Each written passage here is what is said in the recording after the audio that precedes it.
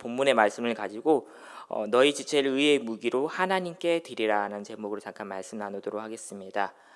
저와 우리는 예수 그리스도의 십자가로 말미암아서 하나님의 자녀가 되었습니다. 또한 예수님을 믿음으로 의로운 자라고 여기심을 받았습니다.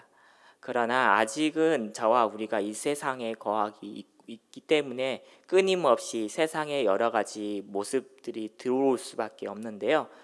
집에 창문을 활짝 열어놓으면 때때로 밖에 있는 그 먼지들이 있잖아요. 그 먼지들이 자연스럽게 들어오는 것과 같은 이치라고 할 수가 있습니다. 조금만 눈을 들어서 밖을 보면 제 유혹들이 여기저기에 도사리고 있다는 겁니다. 구원받기 이전에는 우리는 세상의 풍속을 따라서 생각 없이 그게 편하고 즐겁고 한때 낙이기에 죄를 지으며 살아왔습니다. 이제는 그렇게 살면 된다? 안 된다? 이제는 안 된다는 겁니다. 왜일까요? 예수 그리스도의 은혜로 말미암아 하나님의 자녀가 되었기 때문입니다.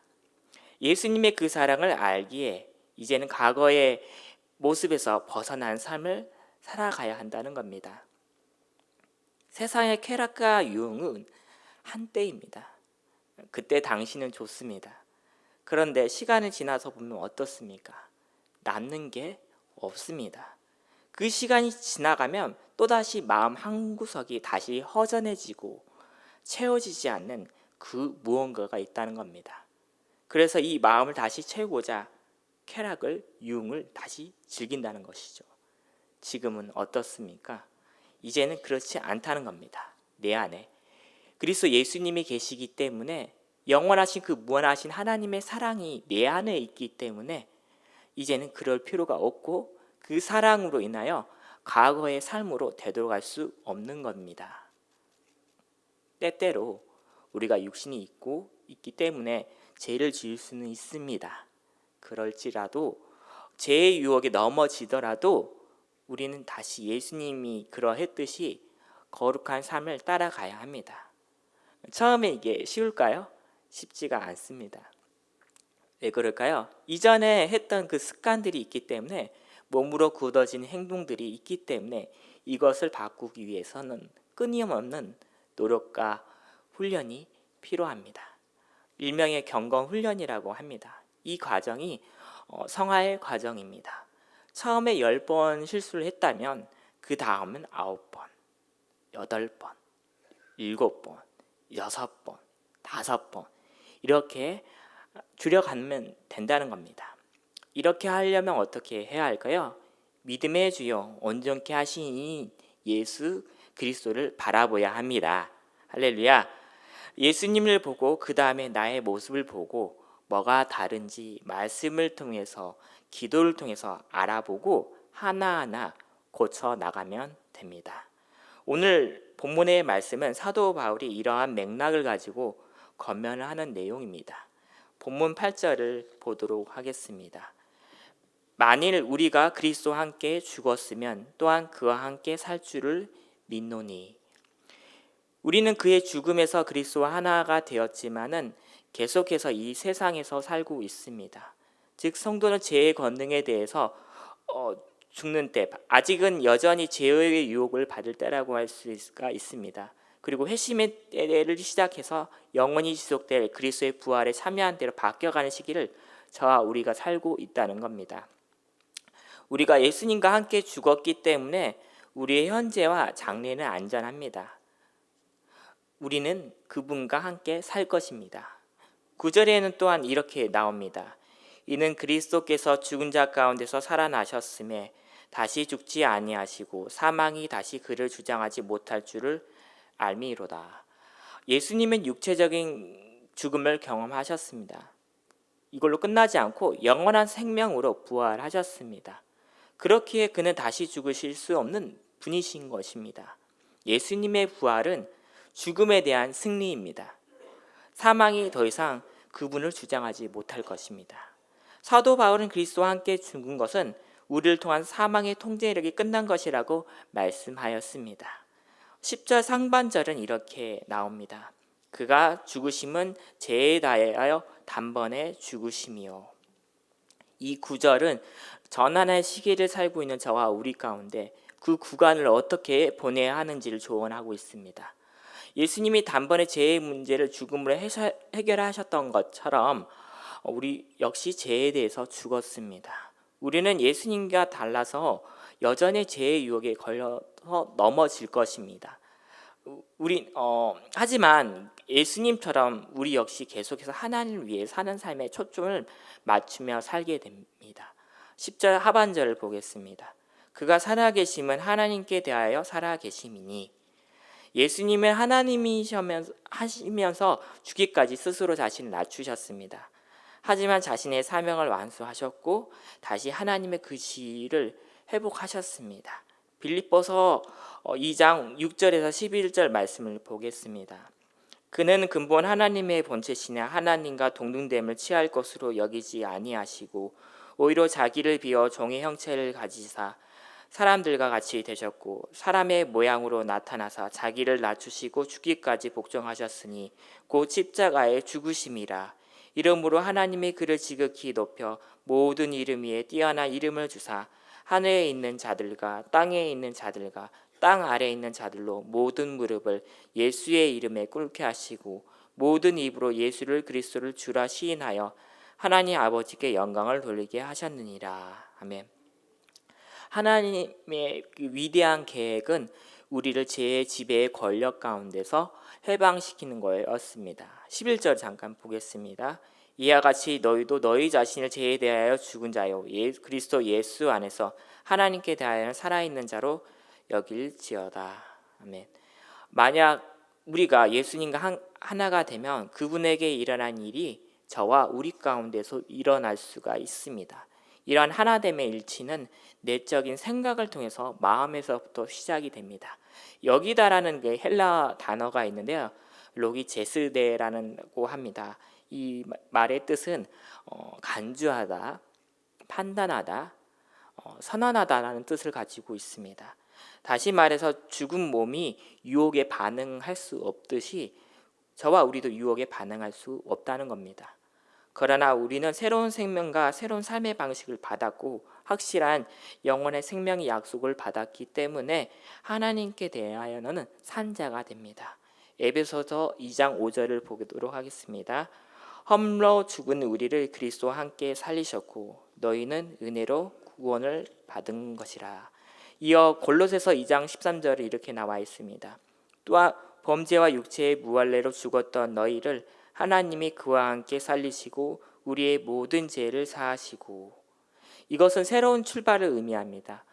너희 자신을 죄에 대한 죽은 자로 여기라는 말은 우리가 우리의 제약된 옛 본성을 죄에 대해서는 죽고 반응하지 못하는 것으로 간주하라는 뜻을 가지고 있습니다.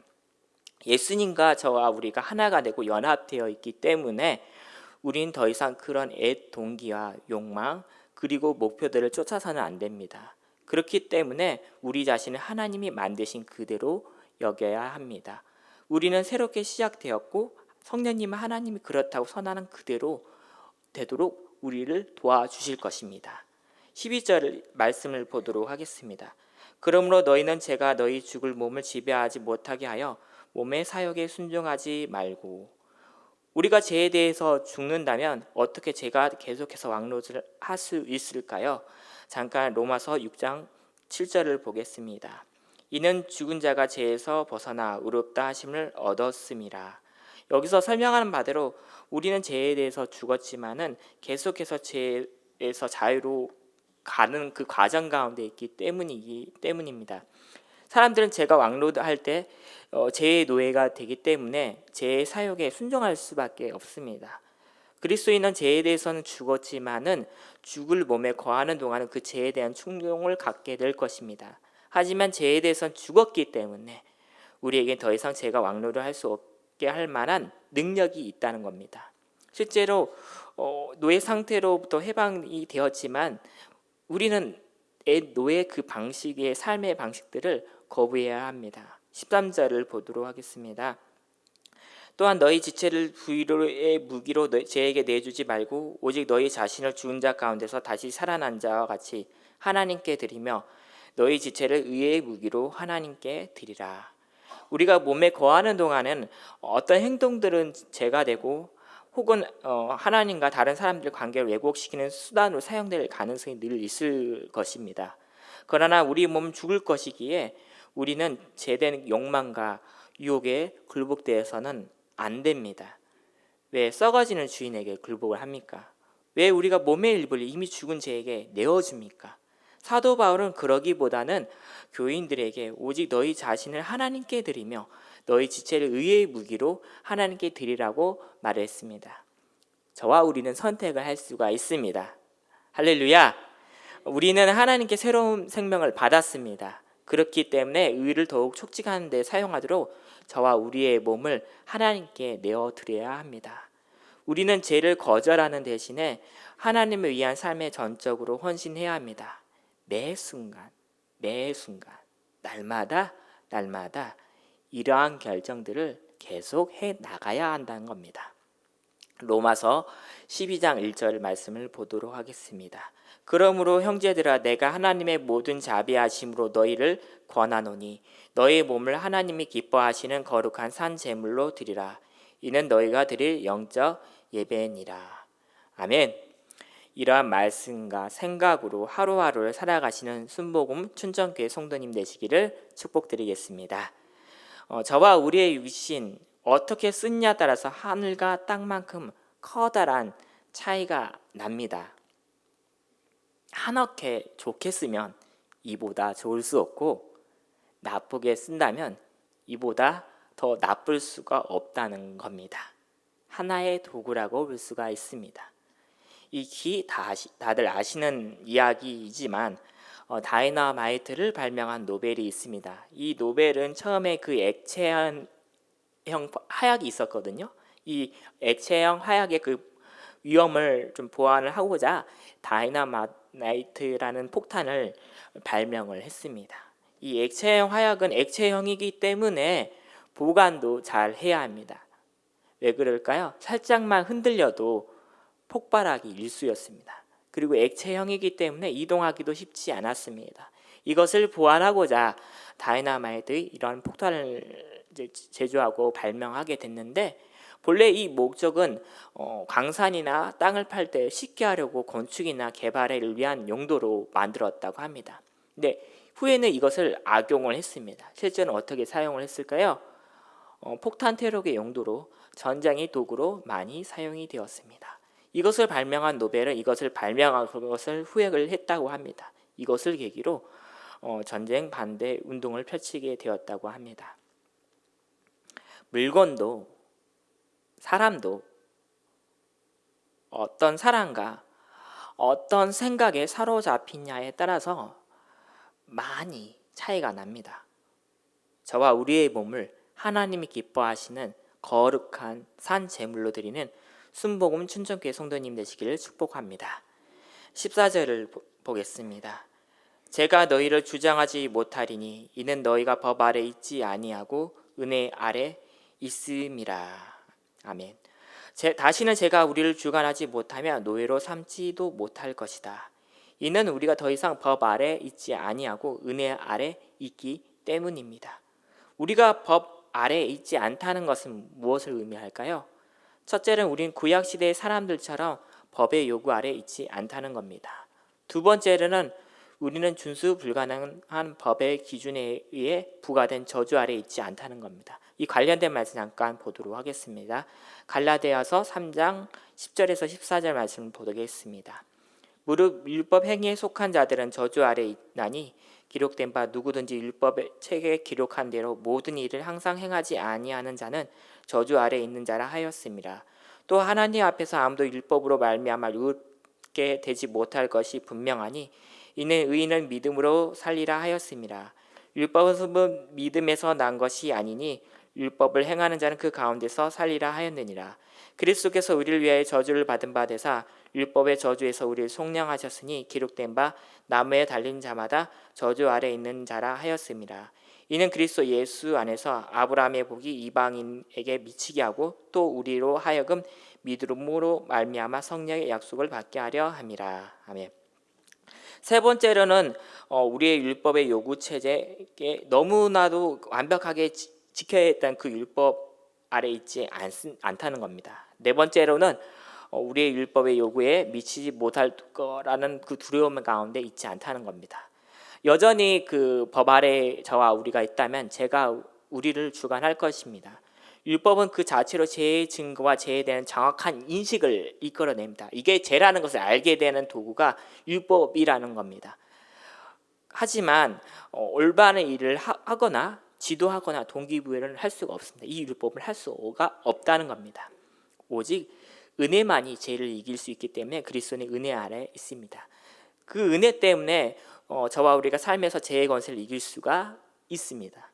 사도 바울은 죄와 반대로 은혜가 우리를 주관한다고 말을 하지는 않습니다. 우리를 주관하시는 분은 누구일까요? 바로 하나님이십니다. 우리가 율법 아래 산다면 죄가 우리를 주관할 것입니다. 그러나 우리가 은혜 아래 살아갈 때 저와 우리를 하나님께서 주관하실 것입니다. 이러한 것을 깨닫고 의롭게 살려고 노력하고 또한 은혜 가운데 거하는 삶을 살아가시는 귀한 순복음 춘천교회 성도님 되시기를 축복드리겠습니다. 말씀 맺도록 하겠습니다. 잠깐 찬양 한번 부르고 같이 기도하는 시간 잠깐 갖도록 하겠습니다. 은혜로만 들어가네 우리 같이 찬양하도록 하겠습니다.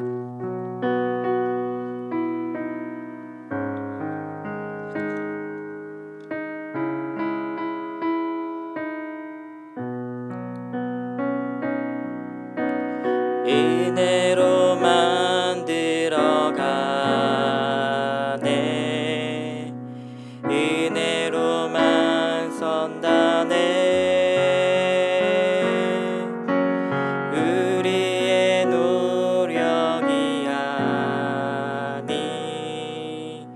어린 양의 보혈로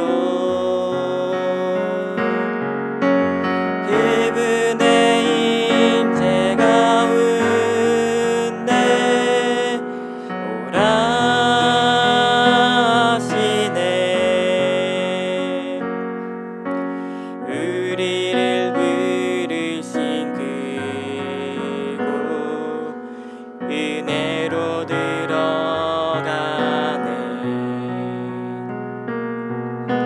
주님의 그 은혜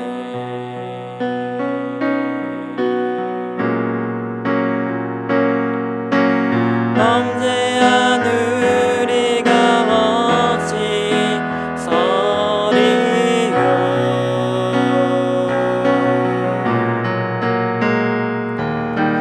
어린 양의 보혈이 깨끗게 하시네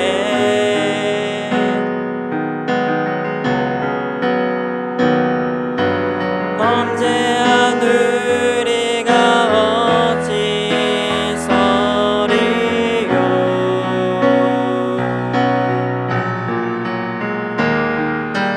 어린 양의 보혈이 깨끗게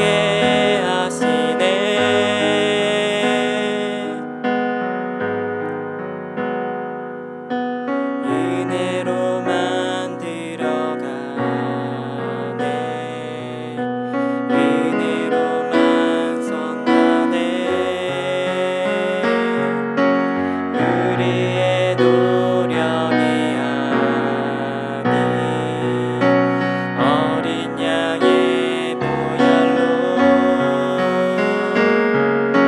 그분의 임재 가운데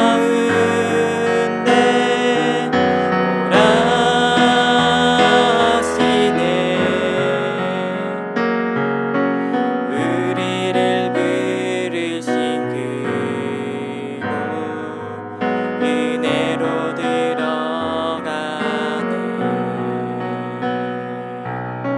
주님의 그 은혜 주님의 그 은혜 아멘. 잠깐 기도하겠습니다. 하나님 아버지, 오늘 너희 지체를 의의 무기로 하나님께 드려난 제목으로 하나님의 말씀을 들었습니다. 때때로는 세상의 풍조 가운데 이끌려 살아가더라도 넘어지더라도 나를 위해서 기도하시는 예수님을 바라며 다시 일어서고 다시 믿음 가운데 믿음의 걸음을 내디뎌가는 저와 우리의 믿음을 만들어 주옵소서. 저와 우리의 연약함, 부족함에 연약하기보다는 하나님을 바라고 또한 바라보는 사람을 계속 살게 하여 주옵소서. 사랑과 특별히 귀한 헌물 놓고 기도합니다. 감사 헌금 올렸습니다. 감사 헌금과 구역 헌금 올렸습니다. 이 헌물 위에 하나님께서 축복하여 주시고 하늘의 복과 땅의 복을 허락하여 주시고 30배, 60배, 100배, 만배의 축복을 허락하여 주셔서 모든 형통함의 은혜가 함께하여 주시고 특별히 건강을 놓고 기도합니다. 주님 붙들어 주셔서 그 연약한 환부의 가운데 치료의 빛을 비춰 주심으로 강건해지고 온전케 되는 놀라운 은혜가 있게 하여 주옵소서. 회복의 은혜가 있을지어다. 삶의 여러 가지 문제가 해결되는 놀라운 축복의 은혜가 우리 삶 가운데 반드시 나타나고 드러날지어다. 하나님께서 놀라운 기적과 축복들을 우리 삶 가운데 베풀어 주실 것을 믿사오며 은혜가 충만한 예수 그리스도의 이름으로 간절히 축복하며 기도드립니다. 아멘. 오늘